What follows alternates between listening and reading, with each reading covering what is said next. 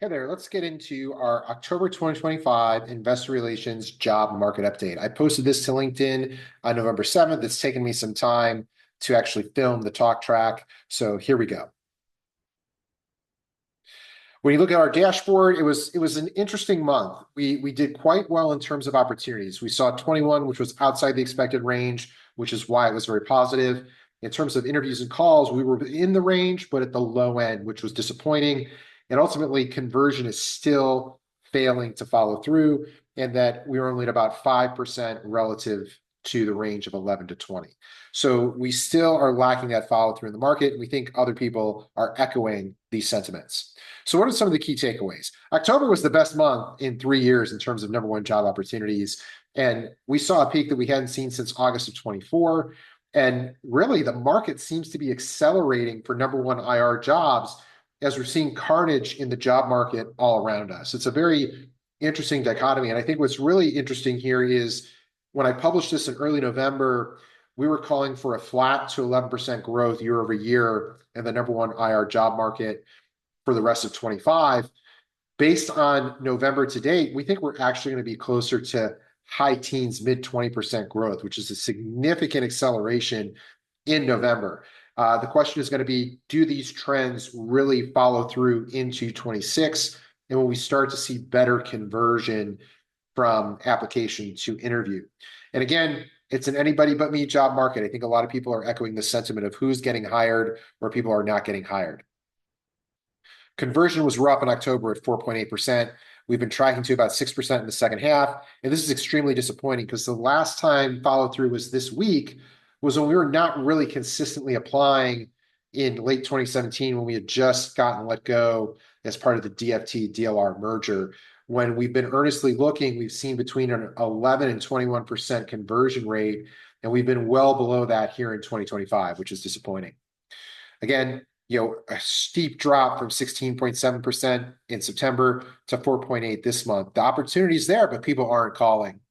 Now, when we look at the total IR market, we grew 38% year over year. This is a great trend. We're seeing up and to the right across the past 3 years. And on a 2-year stack, we were up 33%. Again, you see 33% of the peak in October. This is the last time we were this strong was July, and before that, August of 24. We're seeing a lot of opportunity on the low end, or at least a recovery from where we were, between August of 24 and July of 25.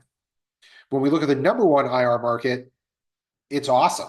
Again, we're seeing that up into the right pattern. We were up 31% year over year, but we were up 110% on a 2-year stack in terms of opportunities. We're seeing a lot of opportunity here in October and into November, but we're not seeing the follow through, which is what's disappointing and concerning. So again, you look at this, the number one IR market has been consistent since early of 24, where we're seeing 15 to 16 jobs in a given month with pockets of weakness. The market was really weak from October to February, October 23 to February of 24. And then we've seen pockets of weakness in September and November of 24, May of 25. But for the most part, the number one market has been consistent and available, but we're not getting follow through. So again, let's get into the conversion discussion. Conversions went from 3 to 1 from September to October. At least it wasn't a 0. So that's a marginal positive. Again, at 4.8% conversion, it's better than 0. But as you can see, the trends are choppy, and it's not what I would call a healthy market when you look at conversion to get into a process or get an actual interview.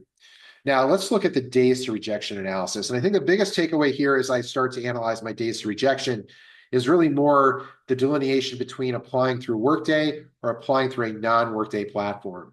And statistically speaking, this is just for October. There's about a 20-day difference between Workday and non-Workday, meaning that a Workday platform seems to suggest that you're going to get rejected almost immediately.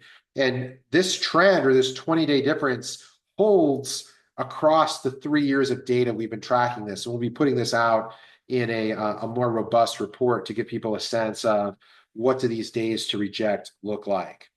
And then from a company perspective, a lot of interesting opportunities. New York Times, Belk, Netrodyne, Wellhub, 2 IPOs, Titan America, Mallinckrodt, really high profile opportunity. Medtronic, looked at my LinkedIn and then didn't follow up with an interview. Unfortunately, I would love to see if I could have helped them. Just got rejected from Knife River, and Scale, another interesting IPO. And then I think probably the sexiest opportunity on this list is the Warner Brothers Discovery, given a lot of the takeout talk and chatter that's around that name. Now, Appendix, again, 4.8% is well below historical norms and is more in line with where we were in 2017, which is a very bad sign. And we're up to about 29% of New York Stock Exchange listed companies and 19% of NASDAQ listed companies. Thanks for watching.